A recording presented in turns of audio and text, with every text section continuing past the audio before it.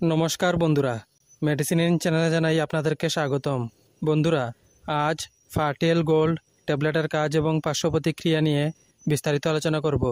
তাই ভিডিওটি শেষ অবধি অবশ্যই দেখবেন এবং চ্যানেলে নতুন হয়ে থাকলে চ্যানেলটিকে সাবস্ক্রাইব করে নেবেন, যাতে ওষুধ সম্পর্কে সঠিক তথ্য সবার আগে আপনারা পেয়ে যান। ফার্টিল গোল্ড ট্যাবলেট এটি তৈরি করেছে RX ল্যাবরেটরিজ প্রাইভেট লিমিটেড।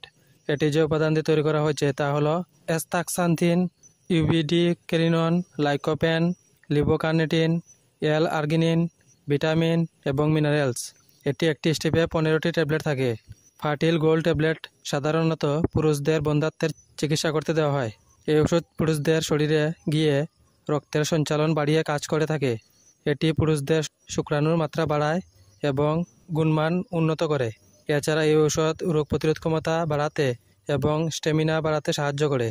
এই ওষুধ সেবন করার নিয়ম হচ্ছে প্রতিদিন একটি ট্যাবলেট খাওয়ার পর খেতে হবে।